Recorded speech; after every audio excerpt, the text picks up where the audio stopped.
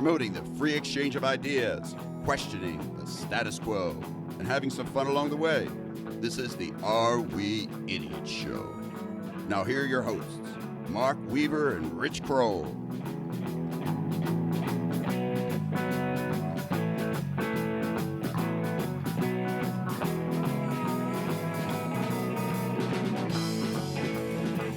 Hello again, everyone, and welcome to another edition of the Are We Idiots Show. I'm your host, Mark Weaver, along with my co-host, Richard Kroll. Hey, Mark, great to see you. I just want to point one thing out quickly. A few of my friends said, who the heck is that guy that does the intro? I said, that's Mark's brother-in-law, Grammy, and they said he has a really sexy voice. And those were guys saying that. Yeah, that really bodes well for him. But thanks to Graham for the intro work and actually the outro work as well. So thanks again for Grammy. We have a great show planned, as always. And by the way, from time to time, we get some feedback from saying, well, you made a mistake here or you misspoke there, whether it's Rich or myself. Rarely it's me. Yeah, rarely it's you. But just so our audience knows, we pretty much do this as a live take. So we do tape it, but we don't edit it at all. So we want the spontaneity of it. So yes, occasionally we're going to misspeak, make some mistakes, but overall, we're darn near perfect, I think, aren't we? Yeah, one take, no second takes, no edits, and again, I'm a little more perfect than you doing this. Of course. So the agenda for today, Richie, is Idiot of the Week, as always. Then we're going to talk about, we teased it last week, Donald J. Trump. Our fearsome president. Here we come. The good and the bad of Donald J. Trump. And then we're going to conclude the show with a special Trump tweets segment. Interesting. We did, a couple weeks ago, we did idiotic tweets, which were kind of general. We're going to take a couple of Donald's tweets, and I'm going to see if you can guess who his target was. There's nothing political in these tweets. It's more comedy. So I look forward to embracing that. It's fun. One thing we can say about our commander-in-chief, he is entertaining. He's not conventional when it comes to presidential communication. He is a big tweeter. Okay, so we're going to jump into my nominees for Idiot of the Week, and we stayed domestic this week, Richie. So first nominee is a 34-year-old man who had eaten a Carolina Reaper chili in a contest in New York State, and he got crushingly painful headaches in the coming days. So here's essentially what happened. He immediately after eating at the contest, the man experienced dry heaves. Severe neck pain developed over the next few days, along with debilitating severe headaches lasting just a few seconds at a time. The pain was so bad he went to the emergency room and was tested for various neurological conditions, which were all negative. But a CT scan showed that several arteries in his brain had constricted, leading doctors to diagnose him with RCVS, which, here it is, reversible cerebral vasoconstriction syndrome. So the pepper contest almost killed him. Yeah, and I guess my point is that at some level, when your body starts to hurt when you ingest food, maybe that's not the food for you. Well, this sounds very similar. There's the famous Russian vodka drinking contest, annual contest, and I hear like every couple of years the winner dies. So I guess you go out famous. Yeah, so this guy should not be eating chili peppers. The second nominee is Kenesha Posey, 26, of Fort Pierce, Florida. So Kenesha was one of two passengers in a car that was swerving in the roadway when it was stopped by the police just recently. The officer approached the car and smelled an odor of marijuana coming from inside. When questioned about the drugs, Posey admitted that the marijuana was hers. The cocaine that was in her purse was a different story. Quote, "I didn't know anything about any cocaine," Posey said. "It's a windy day. It must have flown through the window and into my purse." No way. No way. Posey was booked into county jail on one felony count of cocaine possession and a misdemeanor count of marijuana possession. She was later released on bond. All right, this one's pretty easy for me. I've tried some crazy stunts with eating, and I could see how somebody just never assumes a pepper could almost kill you. Although stupid if you have a susceptibility to heat. But anybody that tries to convince a police officer that a 8-ball of cocaine flew through a window over a highway and into a closed purse. I mean, that's the greatest magic trick. It wasn't hers. It was not hers. It was, it's windy in Florida. It's the greatest magic trick in the history since Houdini. So I got to go with Posey. Kenesha Posey. Kenesha Posey. So you write the check this week. I'll write the check to You Kenesha. are our idiot of the week. Okay, so our big topic, Donald Trump. And folks out there, we know that Donald is in the news literally all day, every day for the last 2 years. He's very good at drawing attention to himself. And for the purposes of the next 20 or 25 minutes when we're talking about this, there's no possible way we can cover everything that is Donald Trump. It's impossible. So we're going to do our best to hit some highlights and express some opinions, maybe get into some debate. And I'll just start with saying, what's the old adage your mom used to say? If you can't say something nice, don't say anything at all. My mom said that to you once? Yeah, she did, and my mom said it to you. But no, I'll say this, that I'm not going to come out and bash totally Donald Trump. One of the nice things about being a libertarian for the last 4 presidential elections is I don't have a dog in the race, and I can be equally critical or complimentary to either a Democrat or a Republican, and that's what I'm going to try to do today. The big picture here is, as you know, Rich, I'm a big Constitution person, and the Constitution limits the power of the president. So there's only so much damage any idiot president can do, which I'm thankful for.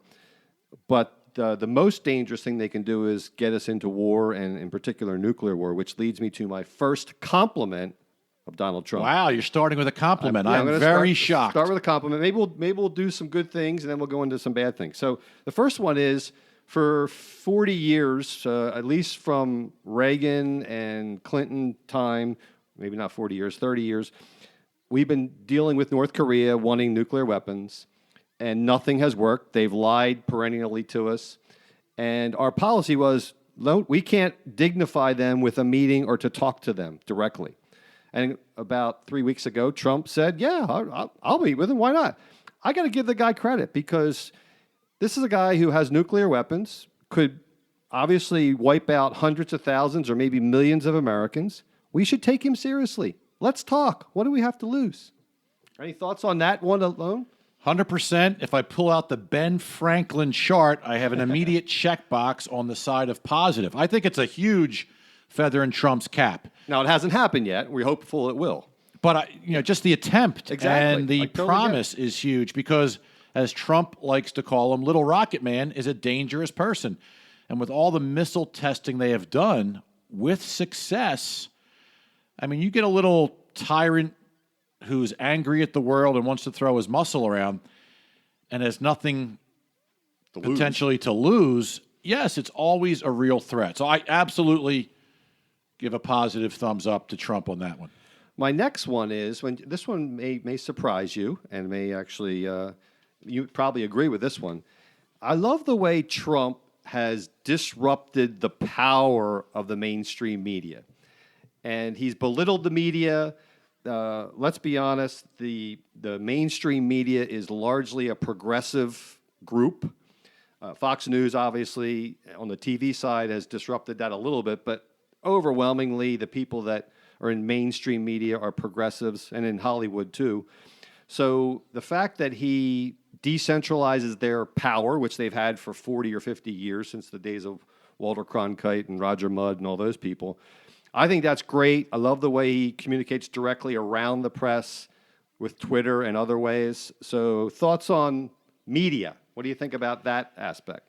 Mixed response to that. Okay. I love the fact that you can decentralize the media or impact their sensationalism attempts. The one issue I do have with the media is they can take a very innocent, good story and create, call it fake news or sensationalism, or try to put something negative to it, like we talked about with the Dante DiVincenzo story last week, where it was a great human interest story, and immediately they're trying to dig up mud in high school crap. So I don't appreciate when the media adds something they don't need to, just for ratings, just to make it more interesting.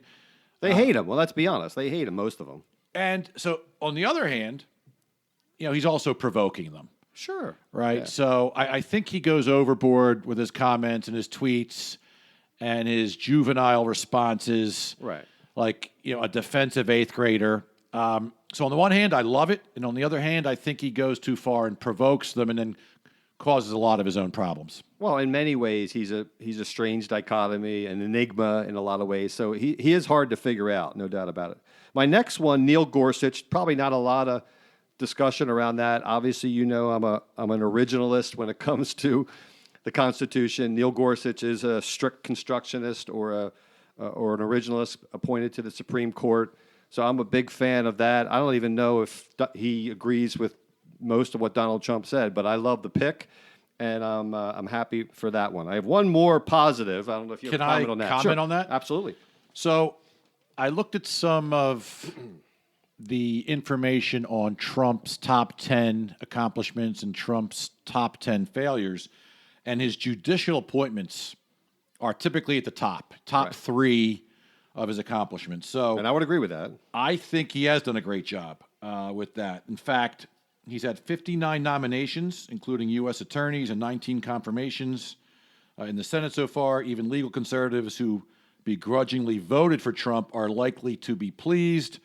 Apparently, he set a record for most appointments during his first year in office. So, yes, and apparently these people are also pretty agreed upon as people that have a good interest for the best of.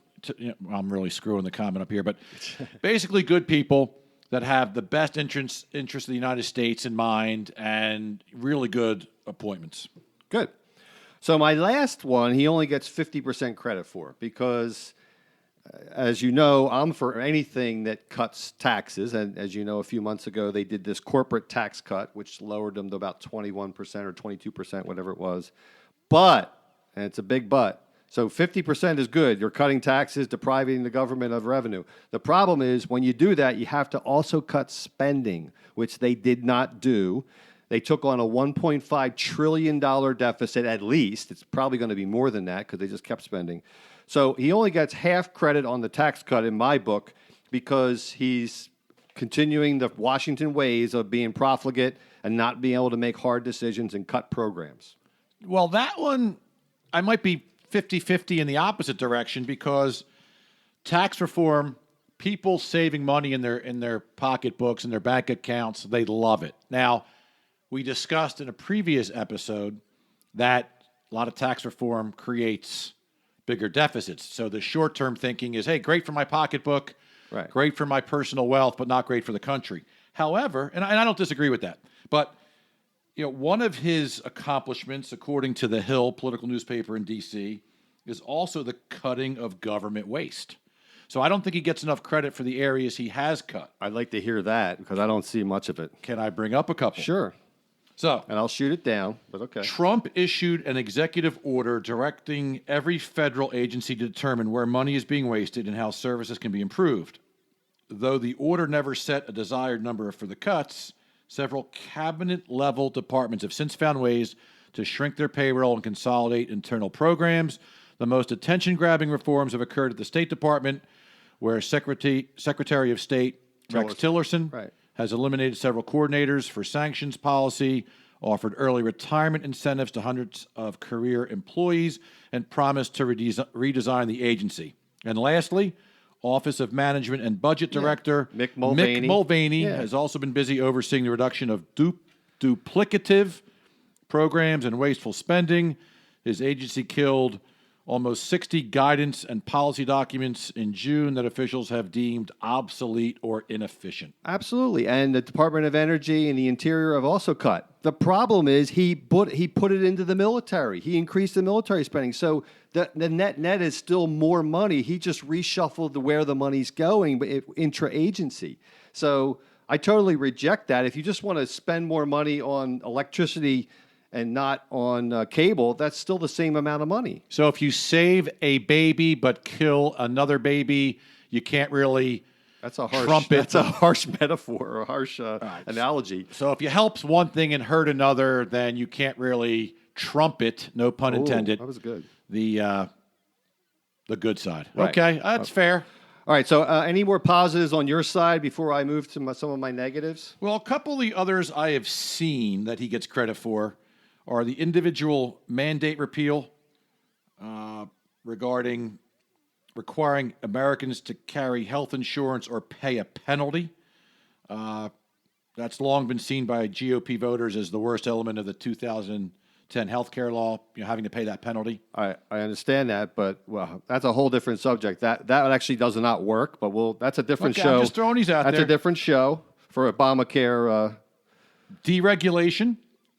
Trump promised slashing 2 existing regulations for each new one of his administrative enacts.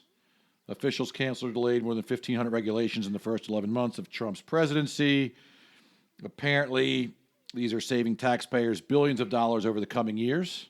Don't argue a whole lot with that. They slowed down new legislation going in. Hasn't cut a whole lot, but he did make that edict. Travel ban, although harshly criticized initially, being almost a racial or religious bias there. They've done some edits or revisions. And now a lot of people are saying, hey, it's a good thing to try to keep out a criminal element of the illegal immigrants. We talked about immigration a couple shows ago.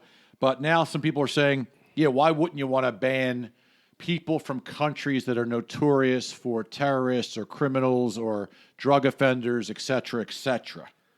Don't even get me started on that, because anyone who's really a criminal can get in if they want to. Most of the criminals are here in this country. Most of the terrorist acts are committed by Americans. I mean, come on. But how about the attempt to keep out bad element? Okay. You trust the government to do that? Yeah, I mean, come on. but It's only just like the last show. It's only the law abiders that abide by that crap. Yeah, but your overarching premise that Government's inefficient, and ineffective, if yes. something's too big, that they're going to get in anyway, or gun control's too big, so don't do anything. I didn't say don't do anything. Yeah, but you typically say... I said changing a law does not change the mind of criminal people. Your opinion, and a lot of people have backed me up on this one. That, oh, yeah. Yeah, in your group of 20? 20,000? Uh-huh, yeah. Come on, I have a lot more friends than you, and you know it. Here's the deal. That's because you care more than me. Yes, and that actually is going to help the debate on my side. I still believe trying to do things versus doing nothing because it's too big to fix is not the great answer. But we'll move on from that. I don't alter my opinions in order to get more friends. That's just not me. I've always done that, and it's worked well. All right, any more there? Yeah, a couple. Oh, my goodness. This is getting nauseating. No, it's the Trump train. Richie's on the Trump train. I'm going to give you equal sides on the negative. Are you employed by Fox News or Breitbart or Drudge? For this particular segment, yes, I am laundering. Lay it on me. How about defeating the Islamic State? A lot of what Trump's done has actually reduced terrorism.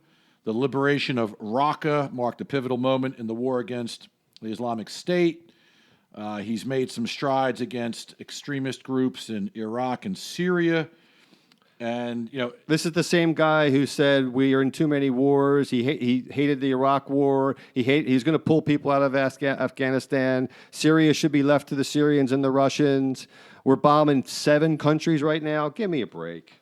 But he's not credible on anything. That will lead into some of my negatives. He hasn't helped reduce terrorist growth. So supposedly ISIS is diminished, but what about all the other places? So again, he broke his promise that he was going to pull us out of all this stuff. And all he does, as of we're taping this, he's going to be bombing Syria again. When he said we were going to pull out, a week ago, he said we're going to pull out of Syria. And today, he's going to bomb it again, or yesterday he said it. There's mixed messages on this, because if the terror organization saw its numbers and territorial holdings decimated this year, and a U.S.-led coalition helped to free Mosul, how do you pronounce that? Mosul, yeah. A victory that denied the extremist group the largest city under its control, and 1,000 Islamic fighters surrendered. Then Okay, we won a small little battle and a large war. We're fighting all over the world. It's just it's nauseating. We created ISIS by pulling out of Iraq and creating this vacuum that they. That's it's a ridiculous comment. We it is. created ISIS. Yeah, we did by being there in the first place in Iraq and pulling out. We created a vacuum. The Iranians sponsored and moved into Iraq. It's a whole nother show. That's but a yeah. whole nother show. So you're saying it's a Pyrrhic victory. Do you even know what a Pyrrhic victory is? I don't, but I know I can't spell it. That's a tough one for me as well. Are I'm you a going good to speller. Are you going to eat up all the time so I don't get any negatives on Trump today? Is that your The only other stall technique? The only other one I'll bring up is the recognition of Jerusalem. Okay, I could care less about that, but whatever. Well, you just offended, a huge portion of our listeners. Why? The Israelis can be able to do whatever they want. Why does it matter to us where their capital is? I could care less. That's the center of probably the biggest upheaval and terrorist threats and problems, the Middle East. That's up to Israel to decide, not us. Wow, you're you're becoming angry. All right, I'm getting, you want to see angry. Wait till we get this. So here's my two, I'll narrow it down. I had a lot more, but I'll narrow it down to my two big things about Trump. So first of all, I'll put this under the auspices of morality. So I don't care anything about these girls, these porn stars, these Playboy bunnies. I mean, if you didn't expect Trump to have a baggage in the past, you're crazy. And not to mention the progressives are all so hypocritical because Bill Clinton was doing the exact same thing with Paula Jones and Jennifer Flowers and Monica and all the rest. So was JFK. JFK had Sam Giancana's girlfriend and Marilyn Monroe and people in the White House. I mean, it's Phyllis Diller. yeah. A lot of people don't. Yeah, I mean, it's just ridiculous. I could care less about politicians. I never see politicians as moral leaders anyhow. But there is a credibility issue when he consistently lies about policy. And I think that affects markets, affects our long-term security. By being inconsistent, it creates uncertainty. And when we don't know which way the wind's blowing out of Donald Trump's mouth, I mean, it definitely affects our markets, our security. And so in that sense, his morality, meaning his unprincipled kind of what's in it for Donald Trump mantra, I think is dangerous. It's not my biggest complaint about Trump. That's next. Any thoughts on that and morality portion? Yeah, listen, I'm not a fan of his morality and ethics. I think, as a married guy, you got to do what's right. But to dig in, 10, 15 years into his past or longer and then apply it to his presidency and his credibility, it's just trying to dig up more stuff that, to me, is fairly irrelevant. However, right, if he lies about it, if he denies paying off, $130,000 to Stormy Daniels and things like that, then if you can lie about that, you can lie about a lot of other things. Quite frankly, Clinton was much more of a problem. He was doing it in the Oval Office, under the desk, with interns, with others, and I think that's more egregious than what Trump did if you're trying to compare it to impacting your politics. There's lots of evidence that Clinton raped Juanita Broderick. I mean, so there's, no argument there and no surprise that Trump is just like Clinton in a lot of ways, and, of course, Jack Kennedy. And there's probably been a lot of other presidents that have been dogs as well. So I could care less about that. Abraham Lincoln was known to be very voracious. FDR as well. Okay, let me get to my big beef. You're going to see the veins pop out on my neck. So Trump, who brags about going to the Wharton School, and I don't know if I've ever mentioned it, Rich, but I actually went there too. Far be it for me to mention it. You mention it almost every week. Right. But hey, so here's this thing. I would put this under the category of economic illiteracy, and he's a protectionist. And this is not just for campaigning. He has believed this stuff, this crap, for 30 years. He's been talking about this. And protectionists in the economic realm, and you know how much I love economics, Rich. I know a little bit what I'm talking about here. Protectionists are like flat earthers in the economic realm. He's got this guy, Trump has this guy, Peter Navarro, who's from UCLA, makes a nice appearance, he's well-spoken, goes on TV, but he's a kook. He is a kook. Tariffs are taxes, period. And when Trump goes out there and says, we're going to put tariffs on to, quote, try to change the trade deficit because we're, quote, losing. We're losing on trade because there's a trade deficit. Let me explain something basic to us, the listeners. I can assure the listeners you are turning red. I am turning red, right? So trade, since the beginning of civilization, is mutually beneficial. There's no winner and loser in a voluntary transaction. You give over for your $4, Starbucks gives over a cup of coffee. You voluntarily did that. When people are trading with China, it's not a country that's trading with China, listeners. It's individuals and companies. If they were, quote, losing, they wouldn't do the transaction. It's so maddening that no mainstream media people challenge Trump on this. You're not losing in a transaction. You may not get as good a deal, but it's still a good enough deal that you'll actually make the deal. So this whole concept of losing and trade deficits are bad. It's called comparative advantage. And it's been around for 300 years, and Trump is economically illiterate on this subject. I love the passion. I'm ready to jump through a wall for you. I don't even know why. I'll have to defer to you, although I'm pretty widely versed across many subjects. When it comes to trade and economics and tariffs, that's not my forte. But I will say, when Trump came in office and made some of his policy changes and comments, the stock market took off.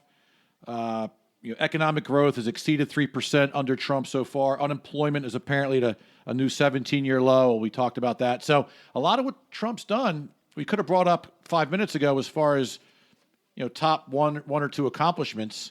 But as we now see, mainstream politics and Wall Street don't like what he's saying about disrupting China, and the stock market's plunged a couple days as well because of it. So you could make an argument that China should give us better deals and should lower tariffs, but the reality is the Chinese citizens, people look at it the wrong way around. If there's a tariff put on U.S. goods going into China, the Chinese citizens pay for that. Trump just put tariffs on aluminum and steel in addition to washers earlier, and all that does is raise the prices for Chinese goods for American consumers.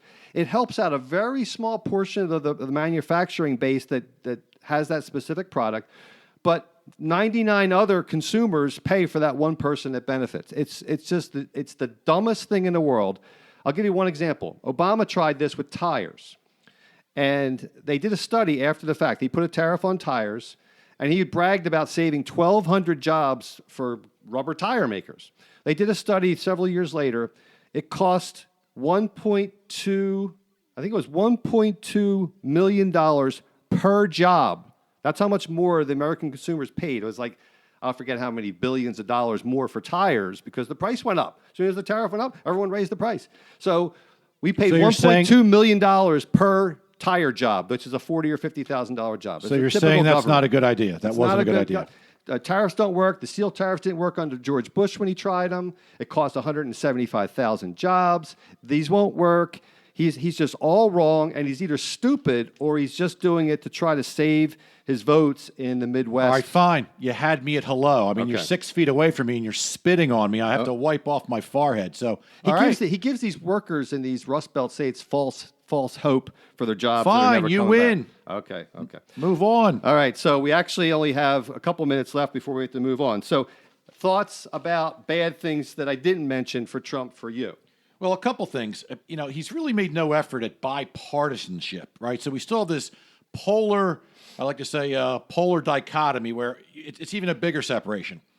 I've never seen in my lifetime more folks that love Trump and more folks that hate Trump, and very few people in the middle, right? So if anything, he's actually spent more time attacking Republicans than Democrats. Well, he was a Democrat the first 68 years of his life. Let's not remember. So there's another potential conflict of interest. Let's not forget, I should say.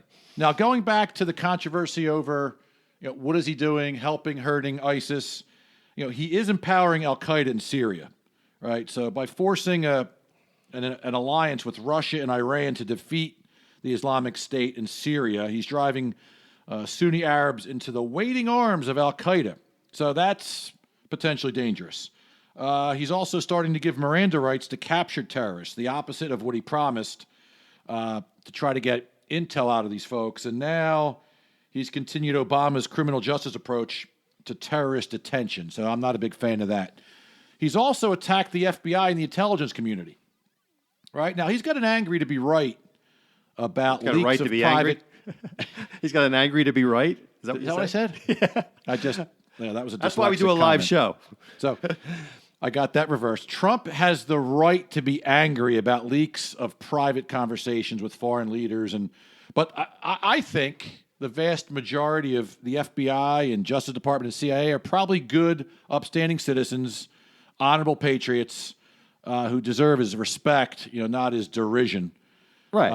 And like any occupation, there's going to be some bad apples, but the majority of them are pretty good people.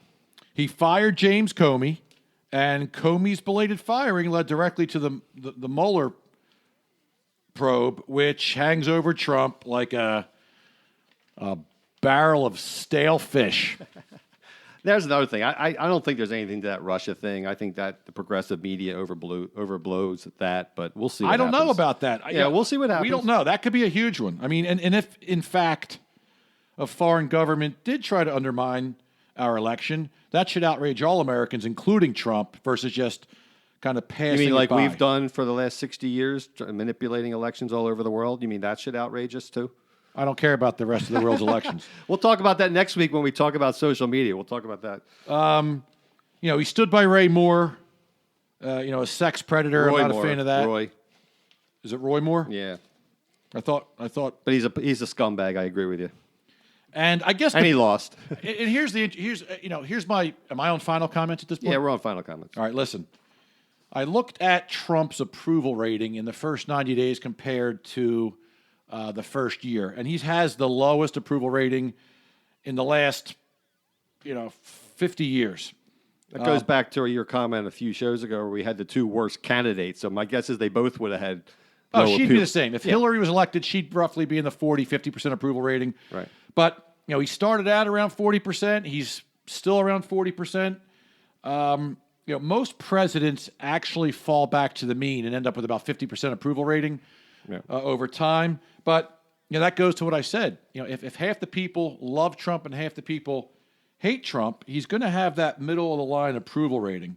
So, hey, look, I have a lot of friends and family that love Trump. I have a lot of friends and family that hate Trump. I think he's done some good things. I think he's done some bad things. But to me, his number one fault is his noxious tweets. I think he's a social media idiot. And I think his rating could probably be 10 or 20 points higher if he just quit the defensive, childish, wannabe celebrity goofball tweets that seem so out of character for the President of the United States or any professional or any adult. It's mind-blowing, the tweets he sends out and takes the time to do them, and that's hurt him dramatically. And my only final comment, because actually your social media comment is going to lead us into our next segment, but my last closing comment on Trump is he's an egomaniacal, juvenile, spoiled brat who's done whatever he wanted his whole life, and that's not going to change. My prediction is he does not get reelected just because the progressive base is so ginned up over him. So I think he's going to be out in 2020. What's your prediction? I don't see how he gets reelected. Okay, so we're agreement on that. All right, so we have to move along, and we're going to have some fun here to close up. As Rich mentioned, Trump on Twitter is his least favorite part of him. So we have a couple of actual verified Donald J. Trump tweets, and I'm going to give Rich 3 potential targets of the tweet. This is very exciting. Okay, so the first one is, blank is unattractive both inside and out. I fully understand why her former husband left her for a man. He made a good decision. So was Donald talking about A, Rosie O'Donnell, B, Ellen DeGeneres, or C, Arianna Huffington? I have no idea. Feel free to elaborate on anything, Rich. I love the comment. I mean, it's humorous, right? It doesn't make him a bad guy or a good guy. That's awesome. What were those choices again? Ellen DeGeneres. Well, not in this word. Ellen DeGeneres, Rosie O'Donnell, right? Was that what I said? Yeah, Rosie O'Donnell, Ellen DeGeneres, or Arianna Huffington. Arianna Huffington. You are correct. And her husband did leave her for a guy. Next one. Blank looked disgusting. Hyphen, nipples protruding. Hyphen. his blue shirt before Congress. Very, very disrespectful. Who is Donald talking about there? A, Barney Frank, B, Lindsey Graham, or C, Al Franken? I was going to say John Daly initially, but well, it was in Congress, so we I know. I'm going to go with Al Franken. No, it's actually Barney Frank, and Barney was a very sloppy dresser. Well, again, it doesn't make Trump a good or bad guy to say that. It's actually kind of comical. It is comical, and we'll end with a comical one. Blank, I don't wear a, quote, rug, it's mine. And I promise not to talk about your massive plastic surgeries that obviously didn't work. So was that A, Madonna, B, Chelsea Handler, or C, Cher? So I got to say, one of the most infamous aspects of the Donald is his awful hairdo. And I'm a bald guy. If I had his hairdo, the first thing I would do is shave it off. He'd look pretty cool with a shaved head. So, what he's doing with that hair and that Brillo pad comb over is horrendous. It's laughable. But I agree, if you can't throw stones in a glass house, right? So if someone's making fun of him, that's also altered their appearance or trying to cover something up. You're open to your own. I actually agree with him. Could that be Cher? It is Cher. 2 out of 3, Kroller. That's the best I've ever done. Maybe this is your new segment. It's the best I've ever done. Well, congratulations. They were fun. We're gonna end the show. Any final comments before we adjourn there, Richie? Listen, I think mainstream media is doing everything in its power to take shots at the Donald, and he's not 100% bad. Nobody is. He's done a lot of stupid things, but I really think I'm down the middle. I think he's half good, half bad, and hence his approval rating is roughly half approval. I'm more like 20% good, 80% bad, but hey, we'll have to agree to disagree. All right, folks, we'd like to remind you to please share our episodes on Facebook, follow us on Twitter, and join us next week as we talk about social media. As we tape this, Mark Zuckerberg was getting grilled by these blowhards, windbags of Congress that didn't know anything about technology or social media, but we'll talk about that next week. And remember, if what you see or hear sounds idiotic, then we're just the guys to help you sort it out. See you all next week. Take care. Thank you for listening to the Are We Idiots Show. Please subscribe on iTunes, Google Play, or Stitcher so you can enjoy all episodes.